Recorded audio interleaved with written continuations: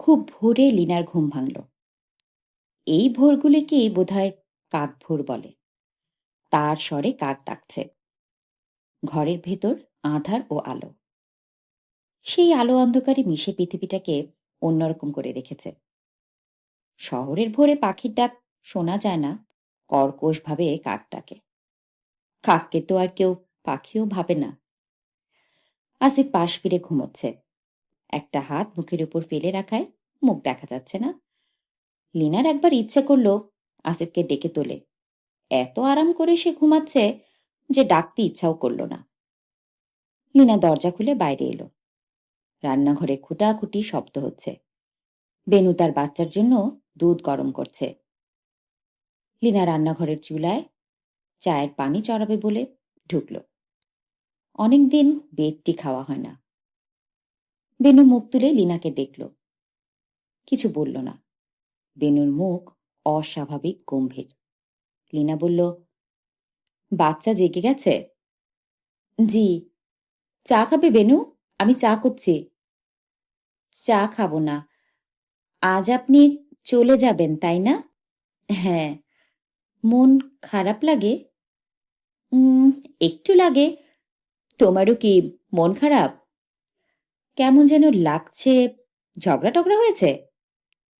বেনু খানিকক্ষণ চুপ করে থেকে বলল, আমার মনটা খুব খারাপ।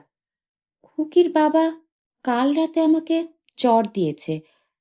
নিজের বাবা মা কোনোদিন আমার গায়ে হাত তুলে নেয়, আর ও কিনা। বেনুর বাচ্চা কাঁদছে। সে দুধ নিয়ে চলে গেল। লিনাকে সুন্দর ভোরবেলায় অসুন্দর একটা ছবির মুখোমুখি হতে হলো। বেচারা বেনু আজ সারাদিন খুব মন খারাপ করে থাকবে। আগামীকাল বা পরশুও এরকমই যাবে। তারপর আস্তে আস্তে সব ভুলে যাবে। স্বামীর সঙ্গে হাসবে, গল্প করবে, স্বামীর প্রয়োজনে লাজুক ভঙ্গিতে ব্লাউজের হুঁক খুলবে। তারপর আবার একদিন এরকম একটা কাণ্ড ঘটবে, স্বামী চড় বসাবে কিংবা ধাক্কা দিয়ে ফেলে দেবে মেঝেতে। লিনা 2 কাপ চা বানিয়ে শোবার ঘরে ঢুকল। আসিফ একটা চাদর টেনে গলা পর্যন্ত ঢেকে নিয়েছে। বেচারার বোধহয় শীত করছিল তাই। ডেকে তুলে চা খেতে বলবে? না থাক, বেচারা ঘুমুক। যদিও ডেকে তুললেই ভালো হতো। আজ লিনা চলে যাবে, যাবার দিনটায় যত বেশি পারা যায় গল্প করা উচিত। লিনা আসিফের পাশে বসে চা খাচ্ছে। চা খেতে খেতে হঠাৎ তার মনে হলো, তাদের দুজনের সম্পর্কে একটা অস্বাভাবিকতা আছে। আসিফ কখনো কোনো কারণেই তার সঙ্গে রাগ করেনি, চড়া গলায় কথা বলেনি। লিনা নিজে কোনো মহামানবী নয়। আসিফের রাগ করার মতো এই দীর্ঘ বিবাহিত জীবনে অনেক কিছু সে করেছে, অথচ সে সব যেন আসিফকে স্পর্শই করেনি। এর কারণটা কি? এও কি এক ধরনের অভিনয় নয়? একজন বড় মাপের অভিনেতা কি সবসময় অভিনয়ই করে না? একজন দক্ষ, শুধু দক্ষ নয়, অসাধারণ প্রতিভাবান অভিনেতা নিজেকে সবসময় যে দখলে রাখেন, সারাক্ষণই অভিনয়ই করে যান। অভিনয় সব মানুষই করে। যে স্ত্রীকে অসহ্য বোধ হয় তার সঙ্গেও সে হাসি মুখে কথা বলে। অভিনেতা সেই জিনিসটাকেই অনেক দূর পর্যন্ত নিয়ে যেতে পারেন এবং নিয়ে যান। লিনা অস্বস্তি বোধ করছে। আসিফ সম্পর্কে এরকম ধারণা তার শুধু আজ না, অনেকবারই হয়েছে। বিয়ের 2য় বছরের সন্দেহটা তার প্রথম হলো। সে লক্ষ্য করল ভালোবাসাবাসির সময় আসিফ এক এক সময় এক এক রকম আচরণ করে, যেন সে ভিন্ন চরিত্রে অভিনয় করছে। একজন মানুষ ভিন্ন ভিন্ন পরিবেশে ভিন্ন ভিন্ন আচরণ করতে পারে, কিন্তু তার মূল সুরটি কিন্তু কিছুতেই কাটবে না। মূল সুর অবশ্যই বজায় থাকবে। আসিফের বেলায় তা থাকে না। পুরো ব্যাপারটাই তার বেলায় বদলে যায়।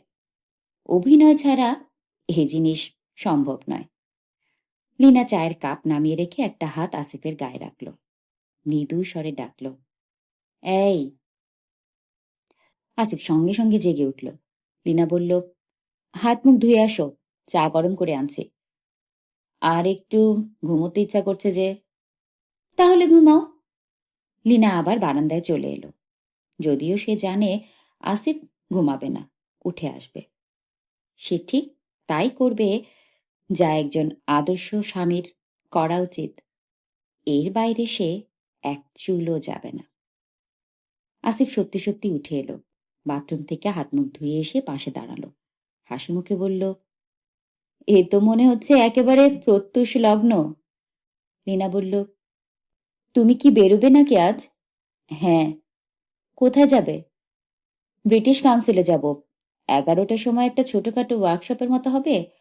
ব্রিটিশ একজন মহিলা নাটকের বিশেষজ্ঞ এসেছেন, নাটক নিয়ে কথা বলবেন, শুনে আসি। তুমি যাবে? না। তোমার প্লেন তো রাতে, চলো না, যাই। লীনা জবাব না দিয়ে চা আনতে গেল। পাশের ঘরে উঁচু গলায় হাসমত আলী চিৎকার করছে, তুই পেয়েছিস কি? তুই ভাবস নাকি? তুই কি ইয়ার্কি করস? তুই আমারে চিনস না? গ্রাম্য ভাষা, কুৎসিত ভঙ্গির চেঁচামেচি। বেনুর গলা পাওয়া যাচ্ছে না, তবে সে ব্যাকুল হয়ে কাঁদছে। লীনা লক্ষ্য করল আসিফ খুব আগ্রহ নিয়ে ঝগড়ার কথাবার্তা শোনার চেষ্টা করছে। এই আগ্রহটা অশোভন। অন্যদের কুৎসিত চেঁচামেচি সে এত আগ্রহ নিয়ে কেন শুনবে? লীনা রাগ করতে গিয়েও করতে পারল না। তার মনে হলো ঝগড়াটা আসিফের শোনা উচিত। একজন অভিনেতাকে চারপাশ থেকে শিখতে হবে, ক্যারেক্টার অ্যানালাইসিস করতে হবে। ঝগড়ার সময় কোন পর্দায় চেঁচাবে, কোন ভঙ্গিতে কথা বলবে, মুখের কোন মাংসপেশি ফুলে ফুলে উঠবে, ভ্রু কোচকাবে কি কোচকাবে না, এসব লক্ষ্য রাখতে না পারলে কি বড় হবার কোনো পথ আছে? লীনা চা এনে দিল। আসিফ চায়ে চুমুক দিয়ে একটা তৃপ্তির ভঙ্গি করল। লীনা বলল, হাসমত সাহেবের চেঁচাপিচি শুনতে কেমন লাগছে? ইন্টারেস্টিং। একটা জিনিস লক্ষ্য করলাম, ঝগড়ার সময় বা প্রচন্ড রাগের সময় মানুষের গলায় কোনো রকম ভ্যারিয়েশন থাকে না। এক স্কেলে সে কথা বলে, এবং বলে অতি দ্রুত। আমার ধারণা তার কথা বলার স্পিড তখন 3 গুণ বেড়ে যায়। লীনা ক্লান্ত গলায় বলল, তুমি দয়া করে হাসমত সাহেবকে বলো তো চুপ করার জন্য। এই ভোরবেলায় উনি কি শুরু করেছেন? খুব খারাপ লাগছে। আসিফ সঙ্গে সঙ্গে চায়ের কাপ হাতে নিয়ে উঠে চলে গেল। ভারী এবং গম্ভীর গলায় ডাকল, হাসমত সাহেব, এই যে হাসমত সাহেব। জি। একটু বাইরে আসুন তো ভাই। কেন? আসুন, আমার সঙ্গে একটা সিগারেট খান। হাসমত সাহেব বিরক্ত মুখে বের হয়ে এলেন, ঝাঁঝালো গলায় বললেন, অসহ্য, বুঝলেন ভাই, অসহ্য। কানের কাছে রাত দিন ঘ্যান ঘ্যান ঘ্যান ঘ্যান, লাইফ হেল করে দিয়েছে। তাই বুঝি? আর বললেন না ভাই, আমার মাথায় রক্ত উঠে গেছে। মাঝে মাঝে মাথায় রক্ত ওঠা ভালো, এতে ব্রেইন পরিষ্কার থাকে। বলতে বলতে আসিফ হাসমত সাহেবের কাঁধে হাত রেখে হাসল। লীনা দূর থেকে লক্ষ্য করল এই হাসি শুধু হাসি নয়, এর মধ্যে অনেকখানি অভিনয় মিশে আছে। এই হাসি দিয়েই আসিফ অনেক কিছু বলতে চাচ্ছে, বুঝিয়ে দিচ্ছে সংসারে অবুঝ মেয়েরা থাকে, তারা অনেক অন্যায় করে। এইসব অন্যায় দেখতে হয় ক্ষমা ও প্রশ্রয়ের চোখে, সবকিছু ধরতে নেই। নিন হাসমত সাহেব, একটু সিগারেট ধরান, তারপর এই চমৎকার সকালটা একটু দেখুন। আর ভাই সকাল, রাতে ঘুমাতে দেয় না, খালি ফ্যাঁচ ফ্যাঁচ ফ্যাঁচ ফ্যাঁচ। আসিফ আবার হাসল, নিজেই সিগারেট ধরিয়ে দিয়ে বলল, আরেক কাপ চা খেতে ইচ্ছে করছে। ভাবিকে ডেকে বলুন তো আমাদের দুজনকে 2 কাপ চা দিতে। এরকম ভোরবেলায় রাগারাগি করাটা ঠিক হচ্ছে না। রাগারাগিটা রাতের জন্য মুলতবি থাক, রাতে আবার নতুন উদ্যমে শুরু করবেন। হাসমত আলী সত্যি সত্যি খুবই সহজ এবং স্বাভাবিক ভঙ্গিতে বলল, ও বেনু, দেখি আমাদের চা দাও তো, নোনতা বিস্কিট আছে কিনা দেখো। আমার আবার খালি পেটে চা তো সহ্য হয় না। বেনু চোখ মুছে চা বানাতে গেল। আসিফ বলল, বুঝলেন হাসমত সাহেব, অনেকক্ষণ ধরে চেষ্টা করছি ভোর নিয়ে একটা কবিতা মনে করতে পারছি না। বাঙালি কবিরা ভোর নিয়ে বেশি কবিতা লেখেননি বলে মনে হচ্ছে। লিখবে কোত্থেকে বলেন? কয়টা কবি ভোরবেলা ঘুম থেকে ওঠে? এরা রাত 2-3টে পর্যন্ত জাগে, ওঠে সকাল 10টার পর। আসিফ শব্দ করে হেসে উঠল। হাসি ভয়াবহ সংক্রামক ব্যাধির চেয়েও সংক্রামক। হাসমত আলীও হাসতে শুরু করলেন। হাসতে হাসতে বললেন, ভোরের একটা কবিতা মনে পড়েছে রে ভাই।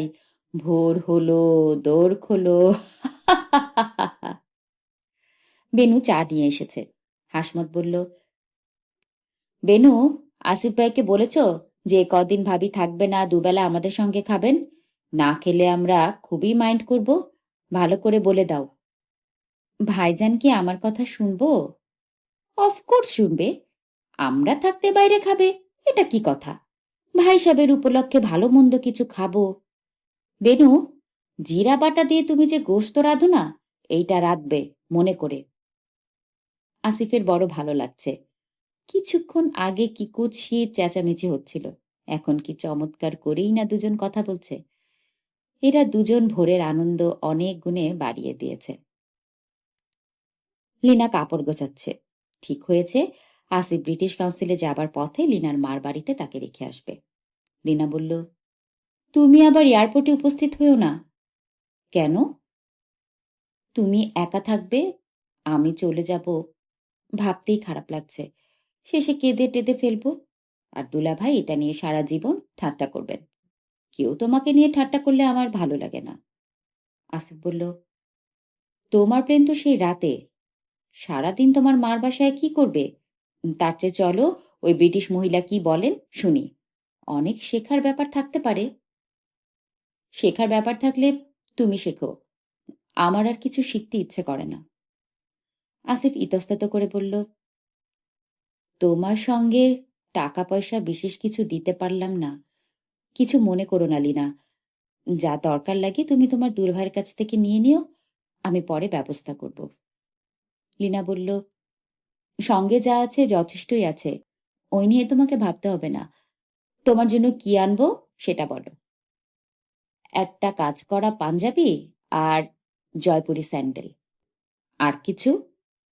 আর কিছু না। নাটকের উপর বইপত্র যদি কিছু পাই, আনবো না? অবশ্যই আনবে। লিনা অদ্ভুত ভঙ্গিতে হাসতে লাগলো। আসিফ বলল, হাসছো কেন? এমনি হাসছি। এটা যদি অভিনয়ের দৃশ্য হতো তাহলে বোধহয় হাসাটা ঠিক হতো না, তাই না? কি বলছো তুমি বুঝতে পারছি না। আমি নিজেও বুঝতে পারছি না। আজ ভোর থেকে মাথার মধ্যে শুধু আবোল তাবোল চিন্তা ঢুকছে। দেশের বাইরে যাচ্ছি সেজন্যই বোধহয়। দেশের বাইরে তো কখনো যাইনি। তোমার শরীর ঠিক আছে তো? শরীর ঠিক আছে। তুমি কেন জানি আজ অতিরিক্ত রকমের গম্ভীর হয়ে আছো। কি ব্যাপার লিনা? লিনা বলল, একটু অপেক্ষা করো, ব্যাগটা গুছিয়ে নেই, তারপর হাসি মুখে তোমার সঙ্গে গল্প করব। তুমি চাইলে জানালা বন্ধ করে দরজার পর্দা ফেলে ঘর একটু আঁধার করে নেব, তারপর দুজনে মুখোমুখি, গভীর দুঃখে দুঃখী, আঁধারে ঢাকিয়া গেছে আর সব। আসিফ তাকিয়ে আছে, লিনা হাসছে তরল ভঙ্গিতে। ব্রিটিশ মহিলারা বক্তৃতা আসিফের মোটেই ভালো লাগলো না। প্রথমত কথা বোঝা যাচ্ছে না, মনে হচ্ছে প্রতিটি শব্দ তিনি খানিকক্ষণ চিবিয়ে ছোবড়া বানিয়ে বলছেন। যা বলছেন তার সঙ্গে অভিনয়ের যোগ তেমন নেই বলেই আসিফের ধারণা। ভদ্রমহিলা বলছেন, স্টেজের ব্যাকগ্রাউন্ডের আলো এবং ব্যাকগ্রাউন্ডে মিউজিকের সমন্বয় বিষয়ে সবটাই মনে হচ্ছে কচকচানি থিওরি। সিমেট্রি রেখে কি করে সিমেট্রি ভাঙতে হবে এইসব বিষয়। ডায়নামিক ড্রামা এবং স্ট্যাটিটিক ড্রামার সঙ্গে আলো এবং শব্দের সম্পর্ক। এক পর্যায়ে ভদ্রমহিলা ব্ল্যাকবোর্ডে হাবিজাবি ইকুয়েশন লিখতে শুরু করলেন। আসিফের পাশে লিটল ঢাকা গ্রুপের মমতাজ সাহেব বসেছিলেন। তিনি নিতান্ত বিরক্ত হয়ে এক পর্যায়ে বললেন, এই হারামজাদি তো মনে হচ্ছে এক বিরাট ফাজিল, এ তো দেখি অঙ্ক করছে। আসিফের কাছেও সমস্ত ব্যাপারটা বোগাস বলেই মনে হচ্ছে। উঠে চলে যেতে ইচ্ছা করছে। সে বসেছে মাঝামাঝি জায়গায়, এখান থেকে চলে যাওয়াটাও মুশকিল। একজন উঠে দাঁড়িয়েছিল। ভদ্রমহিলা তার দিকে তাকিয়ে খড়খড়ে গলায় বললেন, আমি কি আমার কথায় আপনাকে আকৃষ্ট করতে পারছি না? কথায় না পারলেও রূপে তো আপনাকে আটকে ফেলার কথা। আমি কি যথেষ্ট রূপবতী নই? চারিদিকে তুমুল হাসির মধ্যে ভদ্রলোককে মুখ কাচুমাচু করে বসে পড়তে হলো। এরকম অবস্থায় হলঘর ছেড়ে উঠে যাওয়ার প্রশ্নই ওঠে না। ভদ্রমহিলার বক্তৃতার প্রথম পর্ব শেষ হলো 1 ঘন্টা পর। আসিফের কাছে মনে হলো সে অনন্তকাল ধরে এই চেয়ারে বসে আছে। বক্তৃতার দ্বিতীয় পর্ব শোনার মতো মনের জোর পাচ্ছে না। কিন্তু আশ্চর্যের ব্যাপার হচ্ছে, দ্বিতীয় পর্ব হলো অসাধারণ। ভদ্রমহিলা কিছু ছবি বানিয়ে নিয়ে এসেছেন। অভিনয় অংশ প্রতিটিতেই এক, হুবহু এক, কিন্তু আলো এবং শব্দের মিশ্রণ এক একটা এক এক রকম।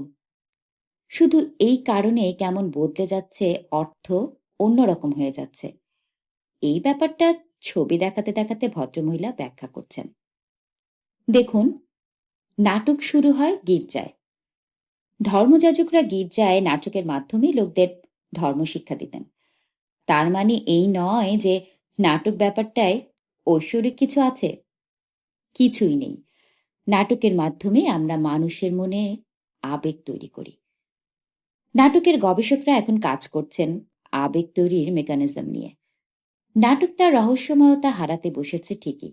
এখন আমরা আবেগের ব্যাপারটা বিজ্ঞানের চোখে দেখতে শুরু করেছি। বিজ্ঞানের কাছে হৃদয় কিন্তু একটা রক্ত পাম্প করার যন্ত্র ছাড়া কিছুই নয়। আসিফ মুগ্ধ হয়ে গেল। বারবার মনে হলো লীনা পাশে থাকলে চমৎকার হতো। একটা চমৎকার জিনিস বেচারি মিস করল। আসিফের খুব ইচ্ছা করছিল ভদ্রমহিলাকে জিজ্ঞেস করে, আধুনিক কালের নাটকে কি অভিনেতা অভিনেত্রীর গুরুত্ব কমে আসবে? গুছিয়ে ইংরেজিটা তৈরি করতে পারল না বলে জিজ্ঞেস করতে পারল না। লিটল ঢাকার মমতাজ সাহেব বলতে বাধ্য হলেন, শালি জানে ভালোই, শেষ দৃশ্যে এসে শালি জমিয়ে দিয়েছে। কি বলেন আসিফ সাহেব? আসিফ কিছু বলল না। তার মনে এক ধরনের মুগ্ধতা সৃষ্টি হয়েছে। কথা বলে এই মুগ্ধতা সে নষ্ট করতে চায় না। সারা দিনেও তার মুগ্ধতা কাটল না। কানে বাজতে লাগলো রূপবতী মহিলার চমৎকার ব্যাখ্যা। একের পর এক যুক্তির ইট বিছিয়ে বিশাল ইমারত তৈরি করা। অবশ্য মাঝে মাঝে এইসব যুক্তিতে ভুল থাকে। ভুল যুক্তির ইটে বিশাল ইমারতও তৈরি হয়। এক সময় সেই ভুল ধরাও পড়ে। সুবিশাল প্রাসাদ মুহূর্তে ধসে যায়। এতক্ষণ পড়ছিলাম হুমায়ুন আহমেদের সাজঘরের পর্ব 9। আশা করি সঙ্গেই ছিলেন আমার। ভালো থাকবেন সবাই। ভালো রাখবেন সবাইকে। কারণ অন্যকে ভালো না রাখতে পারলে নিজে ভালো থাকা যায় না।